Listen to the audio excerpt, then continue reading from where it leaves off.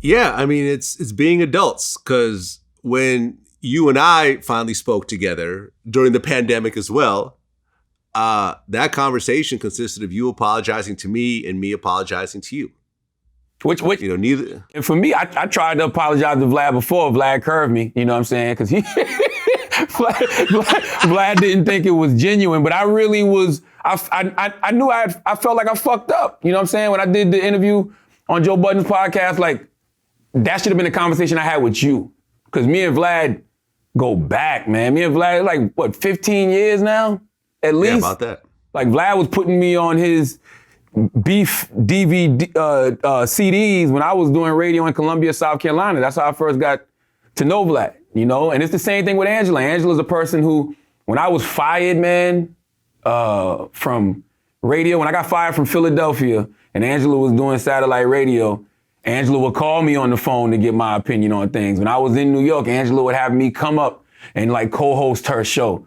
And things like that assisted me. They kept my name alive, man. So it's just like, I don't want to have an issue with her. Like, you know, I don't want to intentionally, you know, or unintentionally cause her any harm. You know what I mean? So if I did something that pissed her off, that bothered her, that offended her, I had to apologize for that. You know what I mean? Because I'm at a place in my life, I'm grown, man. Like, you know, I'm trying to be healed. I'm trying to be whole.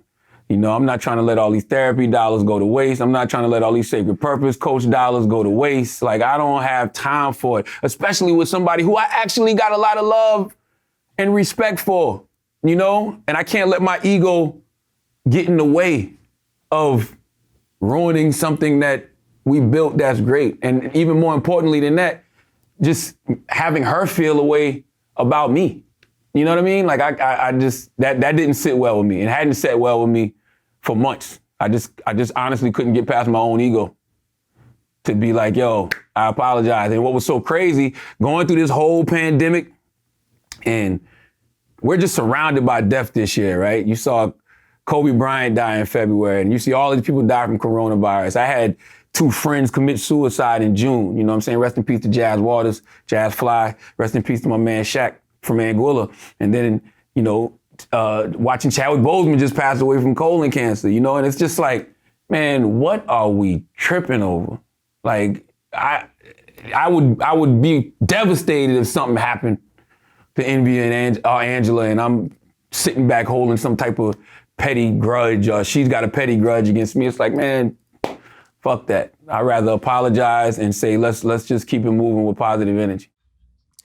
Oh yeah, me and Combat Jack had a falling out at one point, and it was really over some petty, stupid shit. Like, it wasn't anything. Like, I'd asked him to do something, and he said he would do it, but he didn't do it. Then I felt some type of way, and I remember I reached out to him, and I apologized, and we squashed it, and we got good. And then maybe a couple months later, he passed away. I didn't even know he was sick. I just felt it was the right thing to do, to reach out to him. And I'm, in retrospect, I'm glad I did it. Yeah. You know, I can't look back on this and say, man, I wish I had just squashed it with this dude, because he was a cool dude. He had been cool with me since he was working at MTV, you know, and it was one of those things. And, you know, when you talk about taking the blame for interviews, and this is something you know about, but I've never mentioned in public.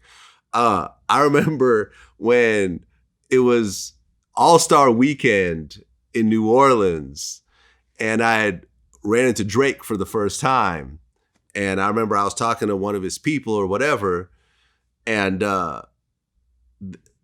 like one of his guys approached me and was like, yo, man, why you talking all that shit about Drake?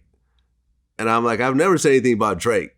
I've had people like Charlamagne, you know, say certain things about Drake. He goes, well, that's your fault then. And that's your fault too. You're responsible for that shit.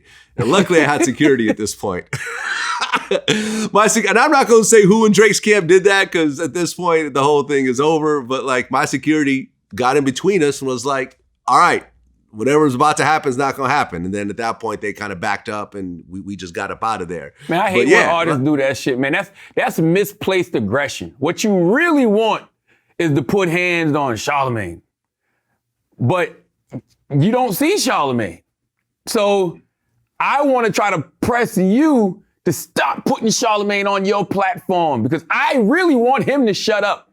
So maybe if I do something to you, Charlamagne will know what'll happen to him if he runs into us. It's like, well, I don't like when artists do that. Artists, stop doing that. Stop blaming the host or the personality or the journalist for something somebody says about you in an interview.